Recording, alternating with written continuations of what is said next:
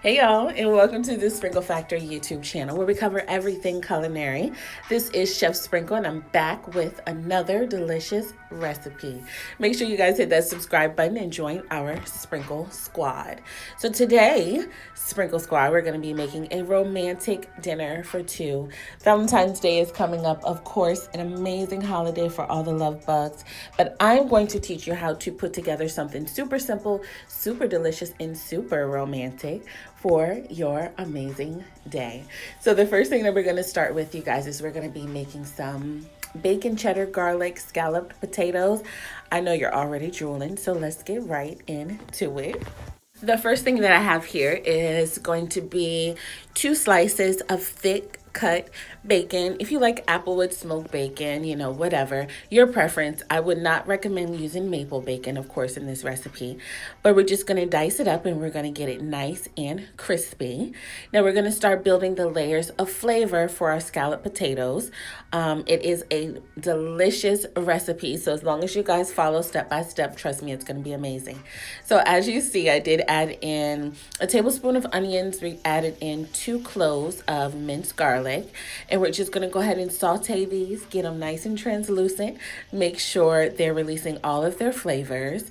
And then of course what we're going to do is we're going to make a roux. We're making a thick cream sauce for the potatoes. So for a roux, you need equal parts fat and flour. So we're going to put 1 tablespoon of butter, 1 tablespoon of flour. We're going to cook it so it does not have that raw flour bite to it. So just cook it for a little bit, get it nice and nutty and toasted. And this is our thickening agent for our cream sauce. Now, before we add the liquids, I do want you to add your seasoning in at this step so it has the opportunity to toast and release its oils and get nice and deep and delicious. Once everything is seasoned up, you guys, we're going to add in our heavy cream. We're going to add in a cup of heavy cream, and trust me, just a cup is going to be the perfect thickness and consistency for this recipe. We're going to bring that to a boil, and then we are going to add in our Parmesan cheese.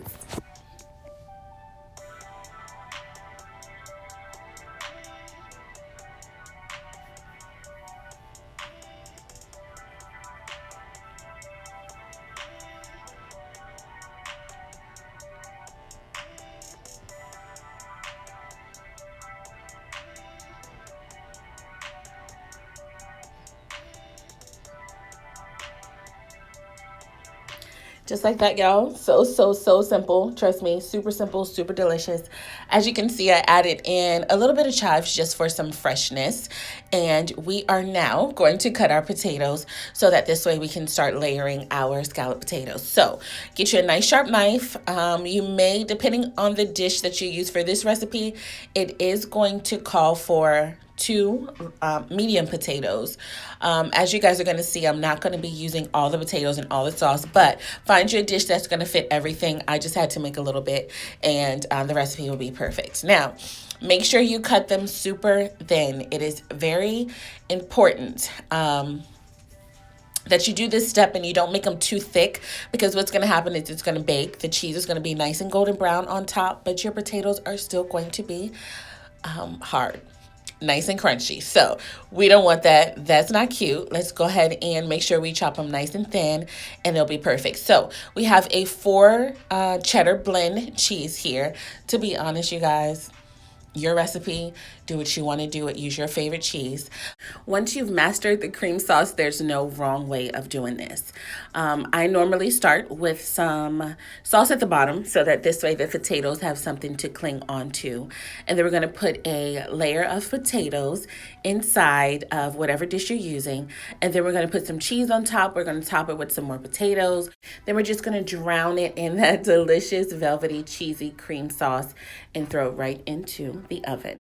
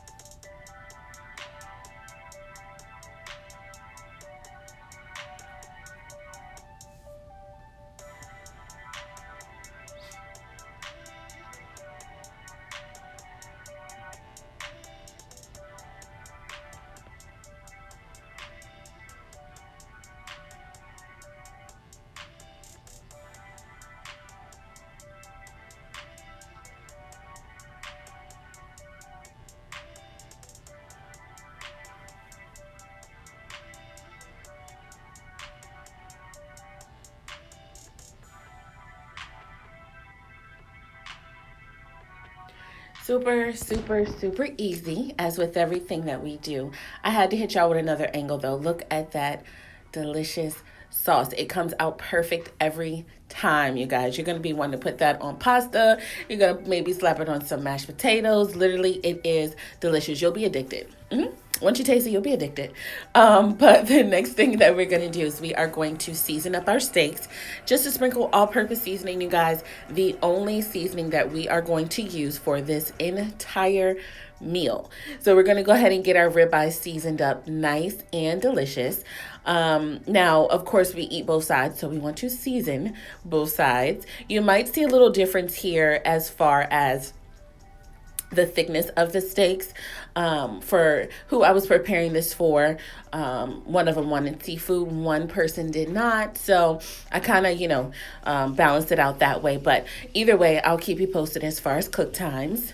The next thing that we're going to do is we are going to heat up a cast iron skillet, of course.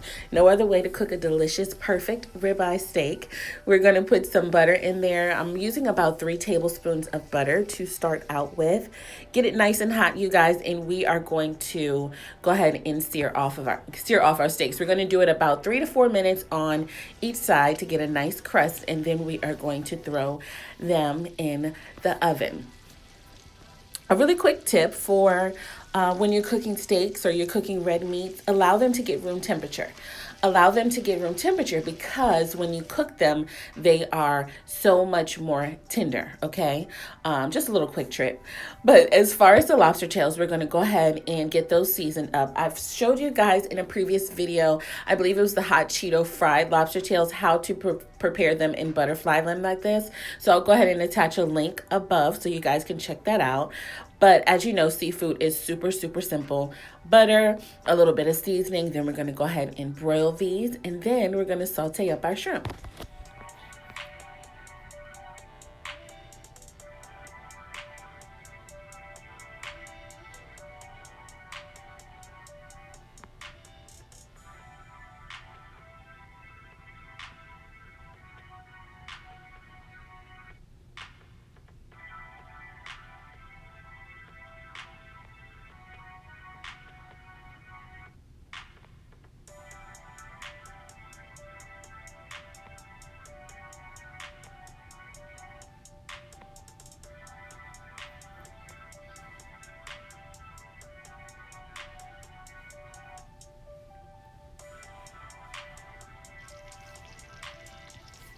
As you guys can see, the steaks are ready to be flipped. Make sure you get that delicious crust on the outside of the steak. It's very important to sear your meat so this way it seals in all the juices. So that is the purpose of searing in a hot skillet. So it kind of seizes everything up on the outside and it holds in all the juices. So we're going to throw these in the oven. We're going to throw our lobster tails under the broiler. And then we're going to get started on our shrimp. But first, I want you guys to see how delicious and perfect the scalloped potatoes came out. Trust me, keep this recipe in your back pocket. You're going to need it all the time. You're going to want it all the time, you guys. Garnish it, of course, if you were serving it like this with some fresh chives. And that is pretty much it when it comes to the scalloped potatoes. I know you guys are dying to see the inside of it, so let me give you a little sneak peek.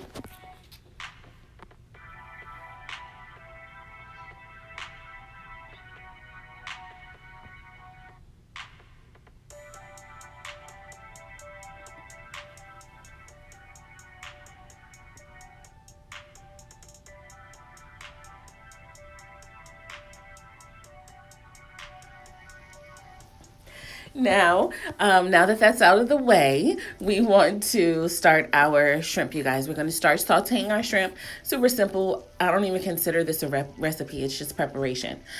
We have our butter. We have our garlic in a skillet. Of course, we're going to season them up with some just a sprinkle all-purpose seasoning. And just a heads up, you guys, I will be restocking the website probably, it's looking like the beginning of next month, but of course I always keep you posted. And then once we do that, we want to add a bit of freshness. We want to add some parsley and some lemon juice. As you guys can see, the lobster came out perfectly. It literally only takes a couple minutes for those to be completely done. As soon as they turn opaque white, take them out of there so they don't get tough. So again, just to give these shrimp some freshness, we're going to add some parsley. We're going to add in some lemon juice, of course, seafood's best friend. And we're just going to sear these, you guys. It probably may take 4, maybe 5 minutes to sear this size shrimp, and we are all done. Set them to the side. Now, the last thing that we have to prepare before plating is going to be our asparagus. So with the asparagus, you guys, at the bottom of the actual stem, it's very woody, it's very chewy, and it's not appetizing at all. So to do that, you just honestly take the asparagus, bend it a little bit at the bottom, and it's going to break itself where it's supposed to be broken. And then you could just do that the rest of the way, or you can line them all up using the first one as a I guess kind of like a guide, and then you can cut them. I like to break them. Don't ask me why. It's therapeutic. But yeah, you just bend them at the bottom just a little bit. It cracks right where it's supposed to, and discard the bottom pieces of the asparagus.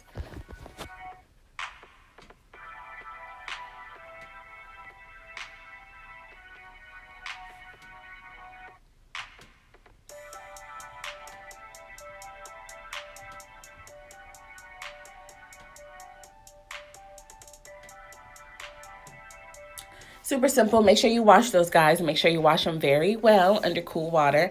We have a hot skillet. We're going to keep these simple in flavor so that this way the natural asparagus flavor shines through. We just have some butter, some garlic. We're going to hit them with just a little bit of just a sprinkle all-purpose seasoning. We're going to let these go. Literally, they may take, again, about 4 to 5 minutes. And just cover them a little bit so that they do cook all the way through. I like my asparagus al dente. I do not like them to be too soft or too crunchy. So 4 or 5 minutes should do it, you guys. Just toss them around a little bit, and then we are going to be ready for plating.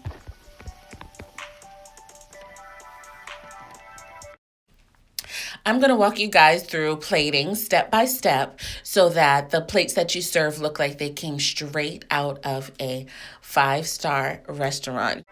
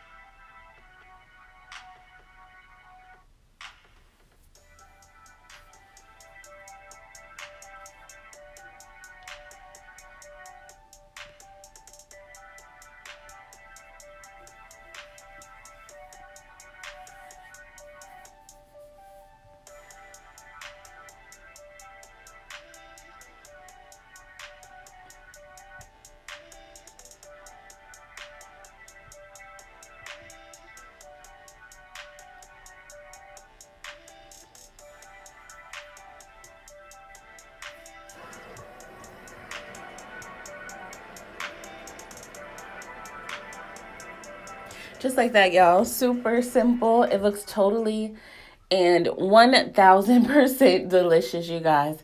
Whoever your lucky human is going to love you even more, you guys. Be proud. Take your pictures, post them on the gram. Send me some pictures, you guys. I would love, love, love, as always, to see what you've created. It's very important to always spend quality time, and this is just a way to do so nice and intimate in the privacy of your own home. But of course, in true Sprinkle Factory fashion, we have to slow it down with the slow-mo.